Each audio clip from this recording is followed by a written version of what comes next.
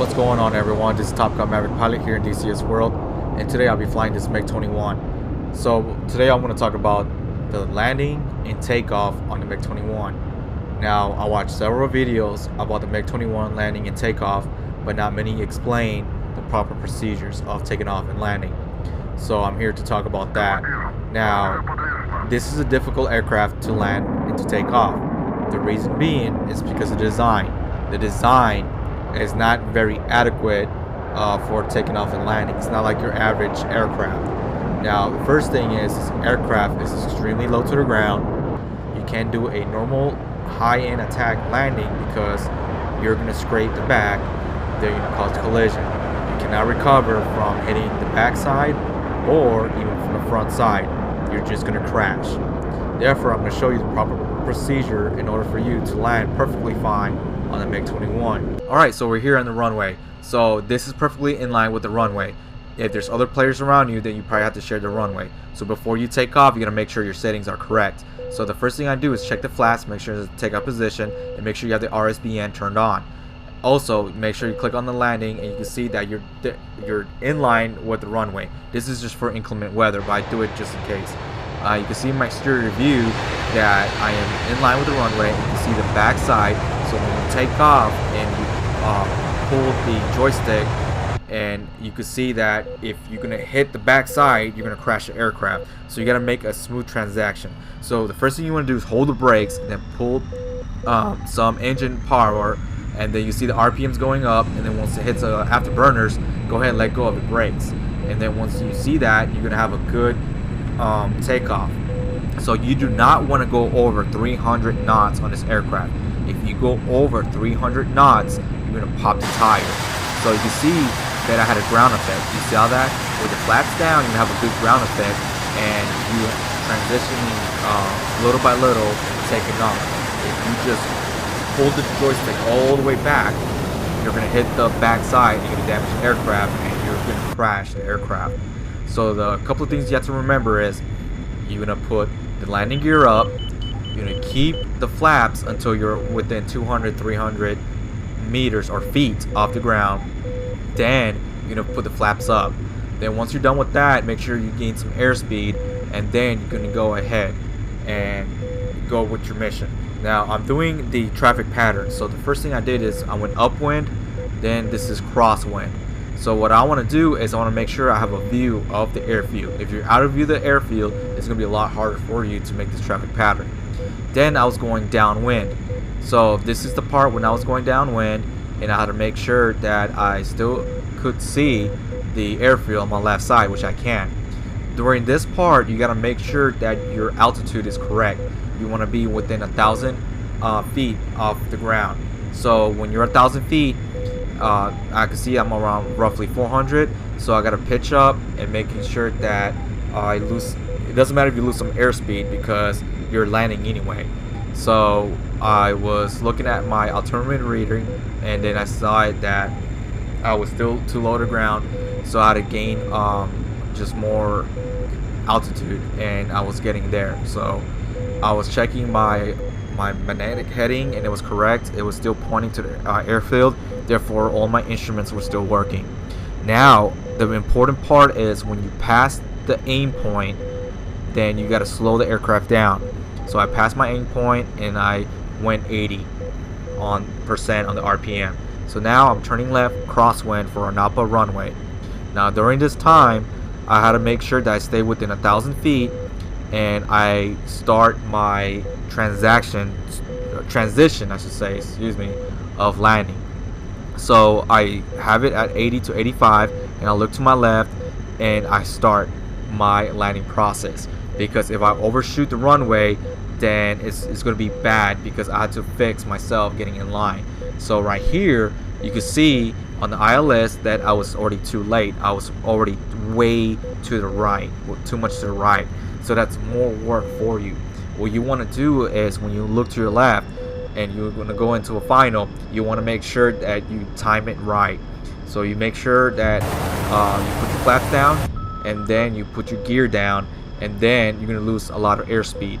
So I dropped down from 80 to 70 for a reason, because I was going too fast anyway. If you're going too fast, just go ahead, drop it a little bit, and bleed off the airspeed.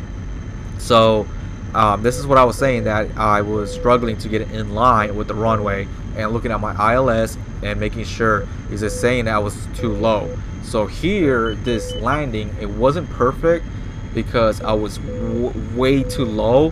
However, I still could have landed. So I look at my airspeed, I was too fast, a little bit too fast, so it was a little bit bumpy. But it wasn't like to the point where it was in danger. I was endangered, or it was causing a hazard collision. So I was going for a stop and go. I was doing just a close traffic. So that means once I touched, I went full airspeed and I put the afterburners and I took off. So in here, I was talking about the flaps. I quickly put the flaps up. I should have done that. I should have waited a couple of minutes or a couple of seconds. But anyways, I go ahead and I took off, and I was talking about the fin on the back side. As you see, it wasn't scrape, scratch, or anything like that, or damage from me pulling joystick too far back. So I began going towards left on crosswind for Anapa. Then you got to remember, you have to keep sight of the airfield, and you don't want to stay that long on the crosswind, so you just go ahead and go to downwind for the runway. So you got to do it fast, and especially if you're going faster. So here I was good with the altimeter reading, but you still want to keep in mind. But remember that you always got to put your nose wheel brake, you always leave it on, all right, especially when you land. So you got to make sure that stays there. So I had sight with the airfield. I was going up for my altimeter reading, so that was good. I want to stay within 1,000 feet. So I was pulling up, making sure that I was doing okay with the flight. So with that being said, you do want to do a couple of things. Make sure you have sight of the airfield, make sure your airspeed is good to go, and then your altimeter reading as well. And you want to keep trimming your aircraft. You got to trim your aircraft a lot of times, because if not, you get fatigued. Alright, so I'm going to go ahead and move on with the videos. This is going to be like an over 30-minute video of me doing the traffic patterns. So I'm going to cut to the chase and just do my landings, and that'll be it. So here on this MiG-21, I was perfectly in line with the runway. This is my ILS, and I was almost nearly perfect with the altitude reading on my ILS on my left side. But that didn't matter, because I was within sight of the runway and my airspeed was good to go. So I made sure that I put my last flaps on the MiG-21, and it was bleeding more air, and my descent rate was within 5 or 6. I kind of should have lower, so I put my nose a little bit up, a little more power, and right there, you see that I touched down too fast. So when you saw that, there was a lot of smoke, and that was from I believe I probably hit the tailwind a little bit, but yeah, it was very weird. So I put full throttle and afterburners, and I pulled the landing gears up, and put my flaps up, and then I continue on my days. Alright, so this one, I was getting better with the landings, and I was getting better with approaches. So right here, you can see my ILS, I was nearly perfect on the alignment with the runway, but I was good with the altimeter readings on the ILS as well. And also I was perfect on my airspeed as well. I was right there in the money, and also with my RPMs and also my descent rate. So I kind of wanted a little bit better descent rate. It was going a little bit too faster and faster. But once I put in the last flaps on it, I could see that it was decreasing the descent rate. So I added more speed, more power, but when I touched down, it was a little bit bumpy, but it was alright. It was very manageable. So, and I put the air brakes on. So then I took off the air brakes, and then I started adding power to the engine, then going full throttle. And after I did that, I was pulling back on the joystick, put the gear up, and after putting the gear up, I put my flaps up, and then continue on my traffic pattern on my MiG-21. So Yeah, there were several people on this servers. I thought was funny. So yeah, so as you see, it just takes more practice.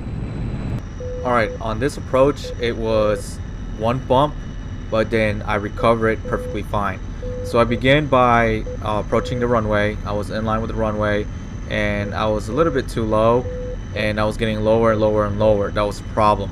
So what I should have done was go to 85 to 90, stop the descent rate, and gain some altitude, and then land on the runway. So here, that was my first mistake and my second. So I added my RPMs a little bit too late.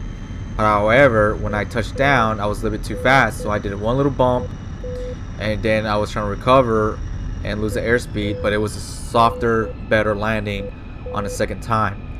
So you have to have a good buffer of the altitude. If you're way too low, you're gonna have a worse, I should say, not even a better landing. It's gonna be a worse landing than just hitting pavement. So it's your buffer. You can't go too low, and you can't definitely go too high on the aircraft. So that was the lesson learned for that approach and that landing. So don't go way too low and don't go way too high. There is a very small margin of area where you could land. So alright, so this is going to be my last landing. It was perfect. It was like the best landing I ever did on a MiG-21. My alignment with the runway was superb. My altitude was superb. And also my airspeed was a little bit too fast. But that's when I was playing with the nose, the angle, and I was stopping the descent rate and also my airspeed. And that's when I click on the flaps. Now that's why I was on 80 RPMs, but then I was descending really fast, so I added some RPMs and I fixed it right at the end. And look at this landing. It was so perfect. It was smooth as a baby's bottom. So with that being said, this is gonna be my last landing, and you saw I was hit the F-15 on my left hand side. But this is the landings. You have to practice, but you have to do it right the first time, and you got to remind yourself it's not like the other aircrafts. It's completely different. You're a lot lower on the MiG-21, and also you got a longer back end of the MiG-21, so you don't want to scrape the back end. Also, you have a smaller margin of error on the landing. Also, you cannot put so much weight on this aircraft. You got to lose it all. So if you have ammunition, you have rockets, bombs, missiles, and also guns, and you have above 15 to 16 thousand liters of fuel, you better drop all those ordnance and you better lose that fuel. Because if you're within 2,000 to 1,000, you got to be very careful with the weight. But if you're almost at 1,000 below it, then it's more forgivable. But that's it. That's it with the MiG-21. This is my takeoff and my landings. Hope you enjoy it with the traffic pattern as well. So I am Top Gun Maverick Pilot here in DCS World, and I hope you enjoyed my video presentation.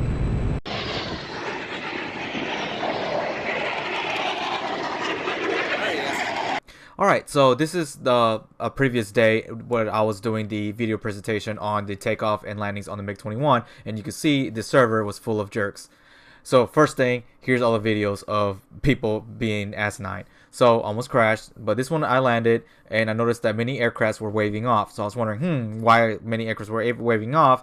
Oh, what? Because there's debris in the middle of the road, middle of the runway. So I go ahead and crash into that debris, and for at least 20 seconds, this aircraft was starting to have seizures and like some dying fish right there at the grass right beside the runway.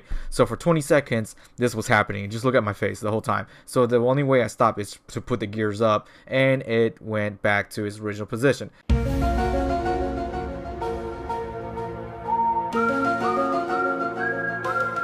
I have no idea. So anyways, I'm looking at this and debris is still middle of the road, and this just popped my right tire. Therefore I had to go ahead and stop, and I had to fix my tire.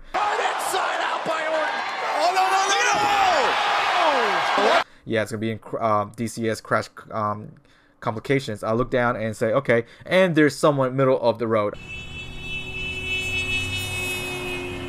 So I go ahead and land, and because I'm thinking this guy is off the road, no, he's still on the road. So this guy has not left the road. So I am taking off, and I notice there's an aircraft coming in, and boof, I got killed. And I run over that guy because he is a dick and he's not supposed to be on the runway. So I go ahead and land thinking, okay, let's see if the body's still there. Yep, the body's still there. So I go ahead and pass this F-15. I was about to crash, but thank God he moved to the side like a friendly person from the road. And there is more debris. Like there's potholes here in the city. Yeah, there's always debris and potholes in the city. So I go ahead and do my last landing, and a AVAB Harrier flies by, and the body's still there. No one has to pick up the body. This is what I have to endure of DCS World, and I'm trying to make a video, but I can't. So that day, I just said, fuck it. Tomorrow, I'll just make a new videos on the MiG-21 landings and takeoffs.